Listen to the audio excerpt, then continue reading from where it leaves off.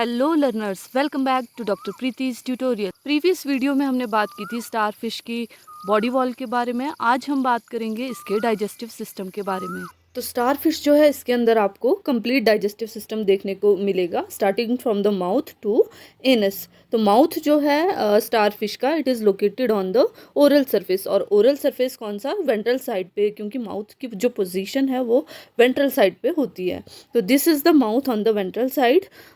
It leads to the oesophagus. तो oesophagus जो है यहाँ पर it is a short tubular structure, आप यहाँ फिगर में भी देख सकते हो।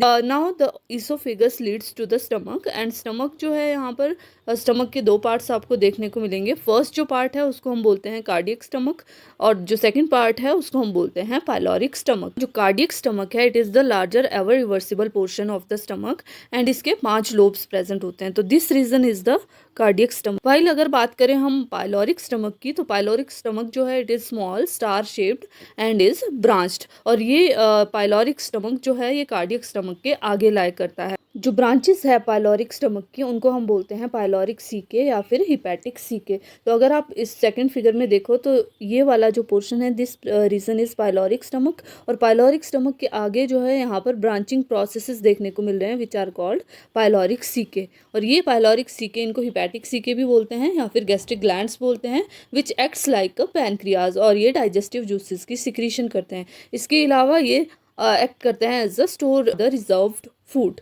स्टार फिश है, इसके अंदर आपको दो तरह की डाइजेशन देखने को मिलेगी। यहाँ पर external as well as internal दो तरह की डाइजेशन प्रेजेंट होती है। External digestion means outside the body. So how this happens कि जो आपकी स्टार फिश है इट्स अ कार्निवोरस ऑर्गेनिज्म, और ये जो है छोटे छोटे मोलस्क्स या इंसेक्ट्स पे फीड करती है।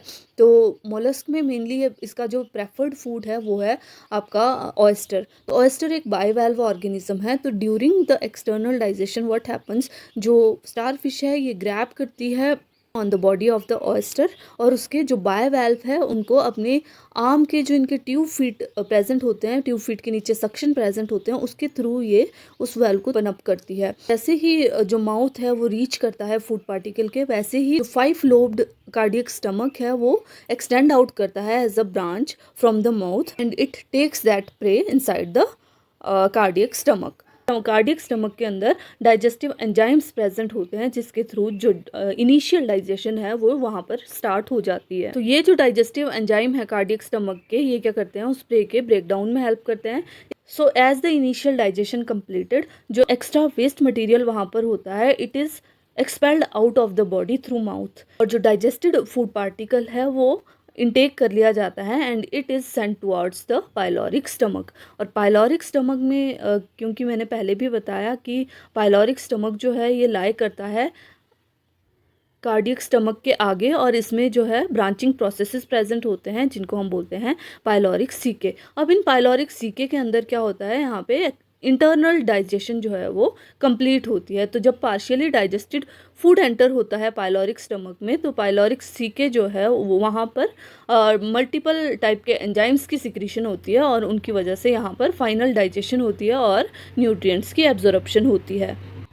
इसके बाद जो डाइजेस्टेड मटेरियल है वो ट्रांसफ़र कर दिया जाता है इनटू द इंटेस्टाइन।